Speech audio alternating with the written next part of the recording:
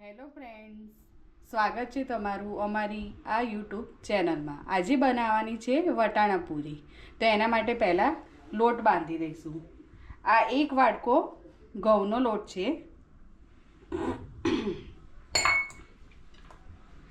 આ 3 ચમચી મેદાનો લોટ છે. આ 2 ચમચી સોજીનો લોટ છે. આ અજમો અડધી ચમચી છે. થોડી કસ્તુરી મેથી લીધી છે. એને આવી રીતે મસળી કાઢવાની.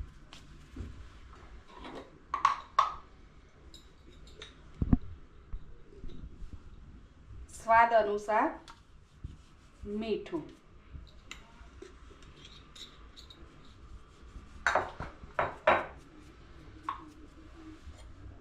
એમાં હવે તેલ ઉમેરીશું. જેમ આપણે પૂરીનો લોટ બાંધીએ છીએ એ પ્રમાણે જ આમાં તેલ એડ કરવાનું.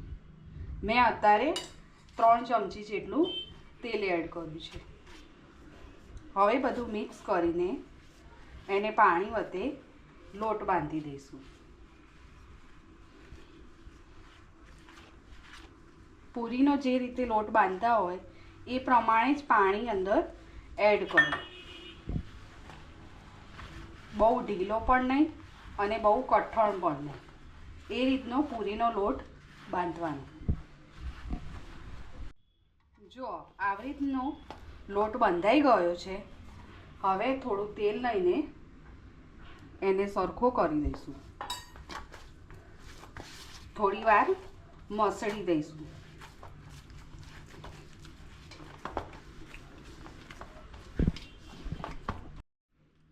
હવે પૂરીનો લોટ બંધાઈ ગયો છે. વટાણાનું મિશ્રણ બનાવવા 1 વાટકી વટાણા, 3 લીલા મરચાં અને 1 ટુકડો આદુનો છે અને કોથમીર અને આટલું ચમચી જીરું. હવે આને ક્રશ કરી દઈશું.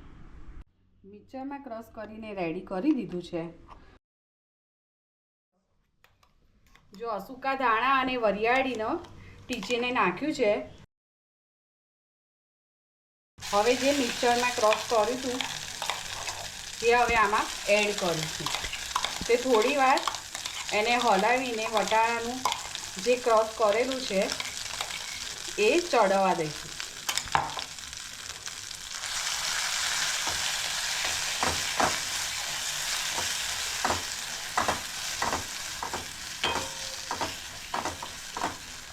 બે 3 મિનિટ આને આવી રીતે હલાવતા જઈશું. એટલે આમાં જે વટાણાનું જે પાણી રહેલું છે એ ઓટોમેટિક ઉડી જશે. જો 2 મિનિટ થઈ ગઈ છે. એનું પાણી વટાણાનું ઉડી ગયું છે. તો હવે 1 ચમચી બેસન એટલે કે ચણાનો લોટ, પછી અડધી ચમચી મરી પાવડર, 1 ચમચી આંબળિયાનો ભૂકો,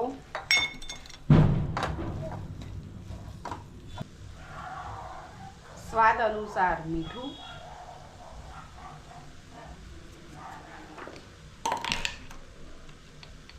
અડધી ચમચી ગરમ મસાલો.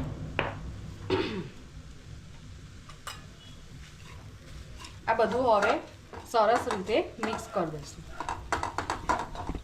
મિશ્રણ બની ગયું છે. હવે આને થોડી વાર ઠંડો પાડીશું અને પછી પૂરી બનાવીશું. જો ફ્રેન્ડ્સ, મિશ્રણ ઠંડુ થઈ ગયું છે. હવે એના નાના નાના બોલ્સ વાળી દીધા છે. હવે પૂરીના માપનું નાનું ગુલ્લું લઈને લોટનું એને વણીશું નાની પૂરી જેટલું. હવે એની અંદર આ બોલ્સ નાનો મૂકી દઈશું.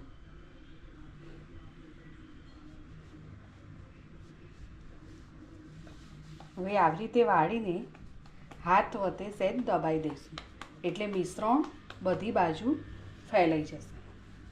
હવે ધીમે ધીમે એને વણીશું. હલકા હાથે વણવું જેથી મિશ્રણ બહાર ના આવી શકે. પૂરી વણાઈ ગઈ છે.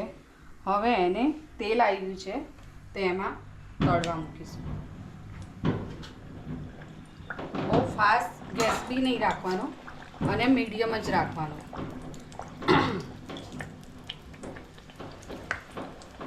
ધીમે ધીમે પૂરી ઉપર આવશે.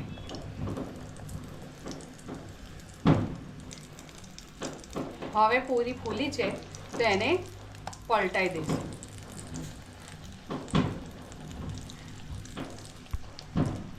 નીચેનો ભાગ સારી રીતે ચડી જાય, ગુલાબી રંગનો થાય ત્યાં સુધી એને થવા દઈશું.